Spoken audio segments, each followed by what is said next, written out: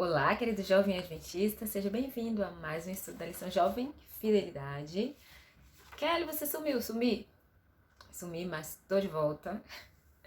Várias coisinhas aconteceram aí, mas o Senhor é fiel. Então nós voltamos aqui. Nós não vamos... A gente pode até dar uma pausa, mas parar a gente não para não, tá? Então, vamos lá, né? Semana que passou aí, a gente não se falou, não...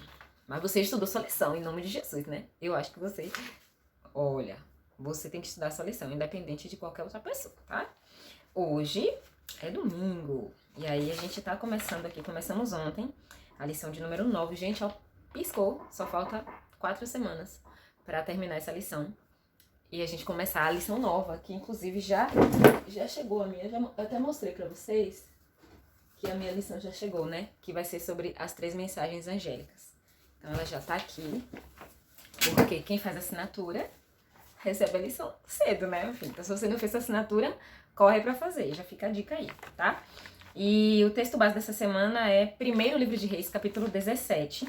Aí pede pra ler dos versos 8 a 16, especificamente porque ele vai falar sobre a viúva de Sarepta, mas aquela dica que eu já dei pra você vários vídeos atrás, é a gente ler o capítulo inteiro pra entender o contexto, tá? E aí quando a gente vai lá para o livro de Reis, o personagem principal ali, né? Quer dizer, o segundo personagem principal, porque o personagem principal é Deus, o Espírito Santo através ali da vida de Elias. O segundo personagem principal é Elias, certo? Eu não sei se você já teve a curiosidade de estudar sobre a vida de Elias, e eu vou trazer para você aquele complemento que você já sabe do Espírito de Profecia, o livro Profetas e Reis, e o capítulo 9 é esse aqui, ó, Elias, o Tesbita. O capítulo 9 é para falar sobre Elias e o capítulo 10 vai falar sobre essa parte específica aí de quando ele vai até Sarepta. Mas eu vou contextualizar um pouquinho aqui para vocês, tá? Porque como hoje é o início, né? Domingo é aquele iniciozinho ali. Peraí que eu já perdi a página aqui. Calma, não criamos pânico. Vamos lá. E aí, conta a história aqui de uma pessoa que ajudou a outra, metade de um pão. Você já estudou aí na sua lição, eu não vou ficar batendo nessa tecla não. Eu vou trazer pra você o complemento do texto base da semana, porque em todos os dias da semana você tem que sempre fazer referência com o texto base pra ter noção do que tá acontecendo ali. Então vamos lá, ó. Elias, ele habitava nas montanhas, né? Era um profeta que habitava nas montanhas. Especificamente, deixa eu ver aqui se tá escrito, nas montanhas de Gileade, tá? Em um dos lados lá do rio Jordão. E Elias, ele viveu nos dias do rei Acabe, que foi o pior rei que Israel já teve. Que ainda tinha uma mulher mais desgraçada do que tudo. Idólatra. Acabou com tudo, né, gente? Luz e trevas não dá certo. A gente tem diversos exemplos na Bíblia que não dá certo. E aí, o que acontece? Ele não era uma pessoa de posição elevada, não estava numa cidade super renomada. Elias era um homem simples. E o coração dele era fiel a Deus. E ele não pediu para ser mensageiro de Deus, ele foi escolhido por Deus, certo? E aí, ele estava vendo Israel se aprofundar na idolatria. Eu estou procurando aqui uma parte específica que eu não queria deixar de falar. Ele não queria que o povo estivesse tão afundado na idolatria, então ele vai e conversa com Deus. O Senhor já mantinha comunicação com ele. E ele vai e pede para... Achei. Ele vai e diz para Deus... Ele mais explica aqui, né? Em sua angústia de alma, Elias se sentiu oprimido pela tristeza por causa da apostasia. Ele das montanhas, ele observava como é que o povo estava vivendo. Então ele via a apostasia do povo, ele via o povo cultuando aos deuses pagãos e não ao verdadeiro Deus. Então ele suplicou a Deus, angustiado, que detivesse em seu ímpio curso o povo que era favorecido, visitando-o com juízos, se necessário fosse, para que eles pudessem ser levados a ver a verdadeira luz que eles tinham rejeitado porque eles estavam se afastando do céu. Elias ansiava por ver o povo levado ao arrependimento antes que eles fossem tão longe na prática do mal a ponto de provocar o Senhor e o Senhor destruísse eles completamente. Então, o Senhor atendeu a oração de Elias. E vários juízos, várias oportunidades de arrependimento foram dadas ao povo. E aí,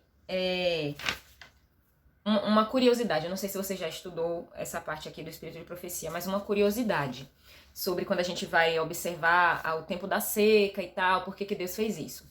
Eu já vi muitas pessoas questionando, né, do porquê que Deus fez isso. E aí a resposta está aqui no Espírito de Profecia. Ellen White deixa claro que os adoradores de Baal, que era o deus pagão, eles atribuíam a este deus pagão o orvalho, a chuva, né, a prosperidade da terra, a fertilidade da terra, tudo isso para eles era vindo do deus Baal. E aí ela diz aqui que eles não acreditavam que os tesouros do céu, orvalho e chuva, viessem de Jeová, mas das forças que regiam a natureza e pela energia criadora do sol. Só que aí ela disse que a maldição de Deus iria recair sobre essa terra corrompida.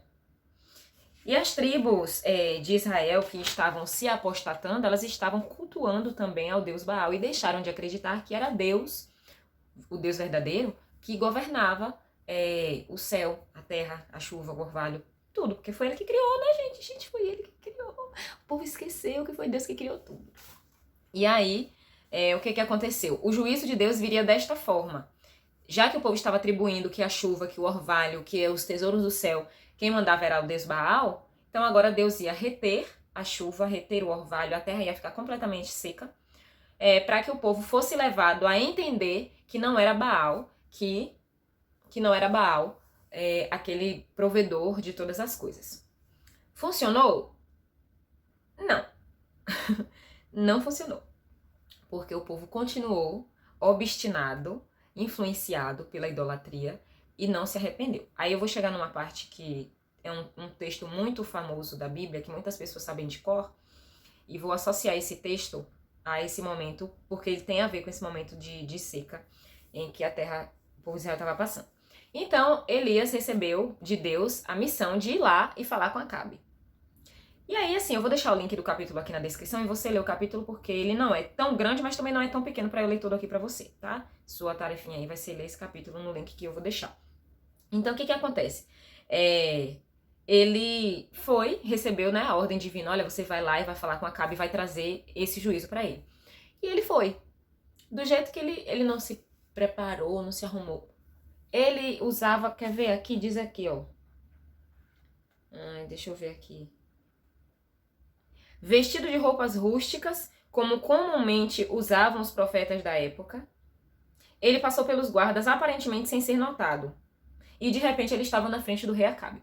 Então assim, Elias era aquela pessoa. E ele não foi cheio de dedos para falar com o rei. Ah, Deus mandou eu mandar um juízo para o rei, pronto, eu vou. Ele simplesmente passou pelos guardas e entrou. Ele não pediu olha aí que eu tô aqui, eu sou mensageiro de Deus.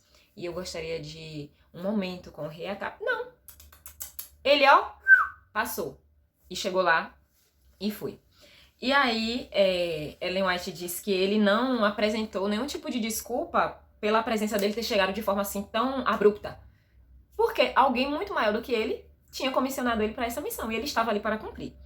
Então, ele levantou as mãos em direção ao céu e deu a advertência, que é o que está escrito aqui.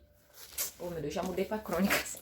Eu tava lendo Reis e eu já mudei para Crônicas. É o que está escrito aqui no capítulo 1, ou no versículo 1 de 1 Reis 17, que diz assim: Ora, Elias de Tisbe, em Gileade, disse a Acabe: Juro pelo nome do Senhor, o Deus de Israel a quem sirvo, que não cairá orvalho nem chuva nos anos seguintes, exceto mediante a minha palavra. E foi esse o juízo que ele pronunciou, né? Peraí, deixa eu deixar aberto aqui desse lado. Que ele pronunciou para Acabe.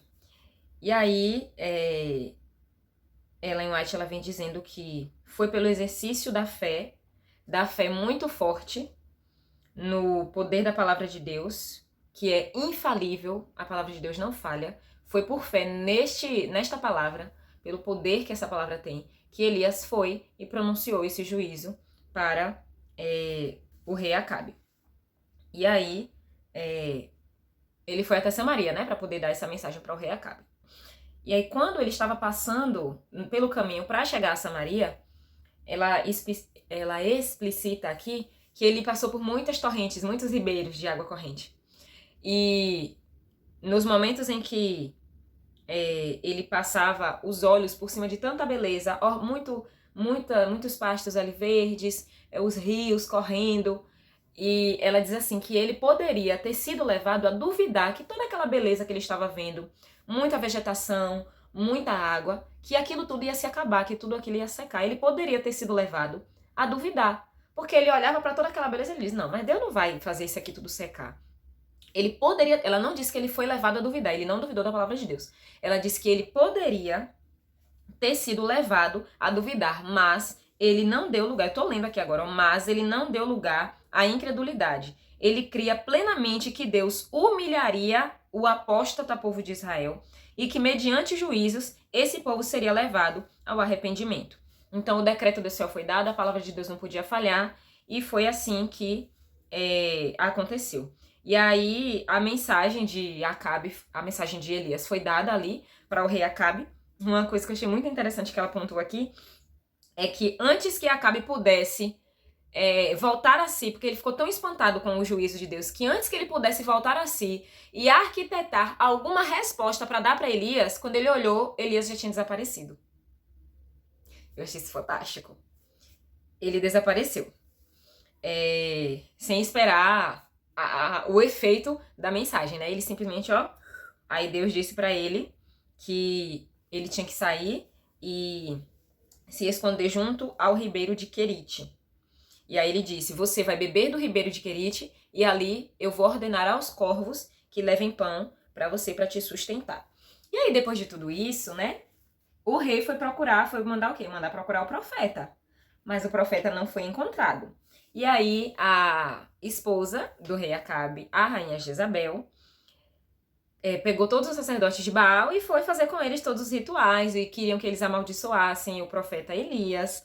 E aí ela fala que a notícia, né, que o juízo de Deus veio, aquela fala de Elias, ela foi espalhada por todo o reino, então todas as pessoas ficaram sabendo daquilo ali e as palavras do profeta tiveram cumprimento imediato. E ela diz aqui que aqueles que estavam a princípio escarnecendo de tudo aquilo, porque as palavras de Elias foram recebidas pelo povo de Israel como algo ridículo, como escárnio. E aí ela começou a dizer, aqueles que a princípio estavam escarnecendo, logo tiveram a ocasião, tiveram a oportunidade de refletir e de parar para analisar se realmente aquela palavra não era verdadeira. Porque só passaram-se poucos meses depois da palavra de Elias e aí parou de chover. Nem chuva, nem orvalho da terra. Então, a vegetação secou. Aí, beleza. Tudo começou a acontecer aí. Os primeiros meses, né? E foi passando. E aí, os sacerdotes de Baal falavam assim, não temam o Deus de Elias, porque é Baal quem produz as colheitas, ele provê tanto para os homens quanto para os animais. Então, os sacerdotes de Baal estavam tentando animar o povo a não acreditar que a seca realmente era algo que iria perdurar. Por 3 anos e meio, eu acho, não foi? Foi 3 anos. Mas passou-se um tempo, não teve chuva. O calor do sol abrasante. Ai, meu Deus do céu. Acabou com a vegetação, o rio secou, foi tudo. E aí ela vem trazendo aqui que, mesmo diante de tudo isso, Jezabel ainda continuava incitando o povo à idolatria para fazer diversos rituais. E os sacerdotes de Baal fizeram diversos rituais, clamando, gritando, gemendo ali com aqueles... tudo aquilo que os idólatras faziam. E nada de chuva, né? E aí ela se recusou, Jezabel, ela se recusou a acreditar que aquele juízo tinha vindo de Deus. E ela queria caçar o profeta Elias, né? Determinada a desafiar o Deus do céu. Mas como eles não conseguiram encontrar, ela fez com que Acabe... Ela instigou Acabe a juntar várias pessoas para ir em busca de Elias. E mandou, Acabe usou o poder de rei e mandou a todas as nações circunvizinhas mensagens que ele estava em busca do profeta. E ele obrigava as nações a jurarem que realmente eles não tinham visto o profeta, para que eles não estivessem mentindo, né? E aí, quando eles viram que não iam encontrar Elias, porque Ellen White disse que ele estava aqui muito bem guardado, né? O esconderijo do profeta, ele estava guardado por Deus, ele estava a salvo. Aí Ellen White conta que Jezabel decidiu se vingar, já que eu não encontro Elias, eu vou matar todos os profetas, né? E aí tinha... deixa eu ver, acho que eram 450 profetas? Não me lembro agora a quantidade de profetas exata, que também não tem tanta importância assim um número, tá? O importante é a gente saber o que foi que aconteceu aqui. E aí ela matou muitos e muitos e muitos profetas de Baal, Só que nem todos eles morreram, né? Porque Obadias, que era um dos mordomos da casa de Acabe, pegou 100 profetas, mesmo com risco de morrer, ele pegou 100 profetas e de 50 em 50 ele escondeu dentro de uma cova e começou a alimentar esses homens com pão e água. Isso tá no capítulo 18, que tem uma parte que diz aqui, o título do capítulo 18 aqui na minha Bíblia é Elias e Obadias. Aí Obadias escondeu. Tô dando spoiler do próximo capítulo, mas não tem problema. E aí passou o segundo ano de fome e tudo mais. Aí o capítulo vai falando sobre a apostasia de Israel, que era muito grande, eram os anos de fome, né? Estavam começando a ficar, o negócio tava, o cerco tava fechando, tava ficando mais apertado. Que Deus estava querendo libertar o povo do engano e entender que ele era o provedor, fazer o povo voltar para o Senhor. E não rolou, gente, não deu certo. E aí uma parte que eu acho muito interessante aqui é que Ellen White diz que se o povo tivesse aceitado os juízos, os apelos, e tivessem retornado, né, saído ali da adoração a Baal e voltado para o verdadeiro Deus, a mensagem de Elias não teria sido dada, né? Não precisaria, se o povo não estivesse tão idólatra, não era necessário que Elias viesse e pronunciasse esse juízo sobre a terra. E aí o verso que eu falei para vocês que eu queria trazer aqui, que tem a ver com esse momento, o verso que está em Crônicas, é o que está escrito em segundo, que não é segunda, que não é carta, é segundo livro, em 2 Crônicas, capítulo 7, os versos 13 e 14, que são textos assim bem conhecidos. E aí diz assim, ó, ela diz assim: para o povo de Israel que estava ferido, só havia um remédio, se afastarem dos pecados que tinham atraído sobre eles a mão punidora do Deus Onipotente. E eles precisariam se tornar para o Senhor com o coração puro, com o coração limpo. E aí o verso que tem relação com isso é segundo Crônicas, que mania de falar segunda Crônicas, segundo Crônicas 13 e 14, que lá diz assim: se eu cerrar os céus e não houver chuva, ou se eu ordenar aos gafanhotos que consumam a terra, ou se eu enviar a peste contra o meu povo, se o meu povo, que o povo usa esse verso isolado, se o meu povo que se chama pelo meu nome, mas antes dessa parte, tem lá Deus falando, olha, se eu fizer isso, isso e isso, e se o meu povo que se chama pelo meu nome se humilhar e orar, eu perdoarei os seus pecados, sararei a sua terra. Tem coisas antes. As pessoas pegam, às vezes, textos isolados para aplicar em outras situações. Vamos entender. O versículo 13 começa: se eu fechar o céu, se não houver chuva, se eu disser para os gafanhotos que é para destruir tudo, acontecer tudo isso. Mas se o meu povo, que se chama pelo meu nome, se humilhar, orar, buscar minha face, se converter dos seus maus caminhos, aí eu ouvirei do céu a sua oração, perdoarei os seus pecados e sararei a sua terra. Então isso se aplica exatamente a esse momento aqui em que o povo de Israel está vivendo essa seca.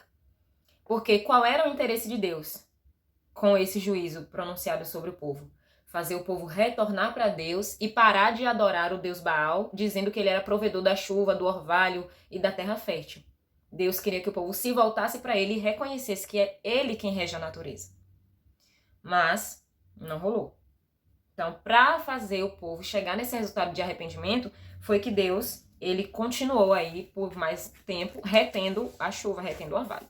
E foi nesse período que o ribeiro de Querite, que é onde Deus tinha falado para Elias ficar lá escondido, esse ribeiro secou. Porque também, né, já tinha passado 2 anos, então ia chegar uma hora que não ia ter mais água em canto nenhum. Então esse ribeiro secou.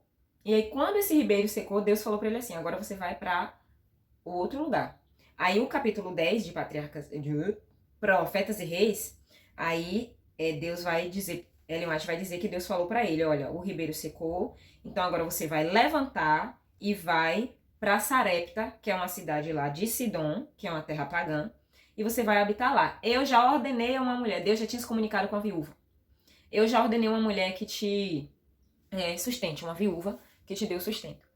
Essa mulher, ela não era israelita, mas ela tinha ouvido falar do Deus verdadeiro e ela tinha conhecimento do verdadeiro Deus. Olha a descrição que Ellen White faz dela.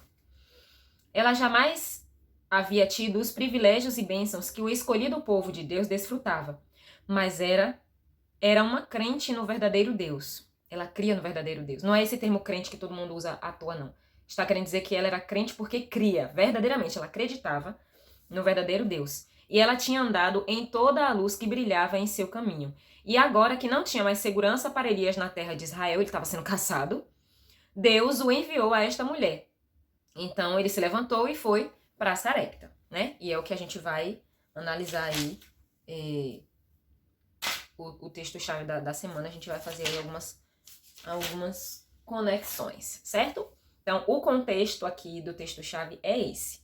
Esse era Elias, era assim a vida dele, foi dessa forma que ele veio pronunciar juízo sobre a terra, e foi só depois de tudo isso que chega o momento da história da viúva de Sarepta. Então, foi porque o lugar onde Deus havia colocado Elias para se esconder já não ia ter mais água, o ribeiro já ia secar, né?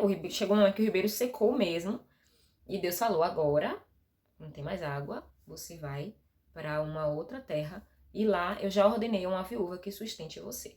Aí a gente chega lá e a gente descobre toda a história no texto aí. Você vai estudar na sua Bíblia a história da viúva de Sarepta. E no capítulo 10, tá? Aqui do Profetas e Reis, você vai aqui, ó, uma severa repreensão. Esse é o capítulo. Está focando? Tá focando. Esse é o capítulo que você vai estudar para entender um pouco mais o que existe ali por trás da vida daquela viúva e tudo mais, tá bom? Então, também não vou dar todas as respostas, não. Vocês têm que pesquisar, tá bom? Vamos estudar, vamos tirar tempo para estudar. E é isso, gente. Introduzir aí o conteúdo, né, da lição dessa semana. O texto base é esse, o complemento o up, é aquilo que eu digo para vocês. O espírito de profecia é aquilo que faz assim, ó, na nossa mente. Então, já trouxe aqui para vocês o que era que estava envolvido ali, porque todo mundo sabe a história da viúva de Sarepta, mas e antes, o que aconteceu? Por que Elias teve que ir para Sarepta? Ah, porque, se você não sabia, agora você sabe, porque o lugar onde ele estava secou o ribeiro e Deus falou, agora você vai para lá, né, porque Deus ia manifestar o poder dele lá na vida da viúva de Sarepta, certo? Então é isso, que Deus abençoe você, compartilhe esse vídeo com a sua classe, e até o próximo vídeo, tchau!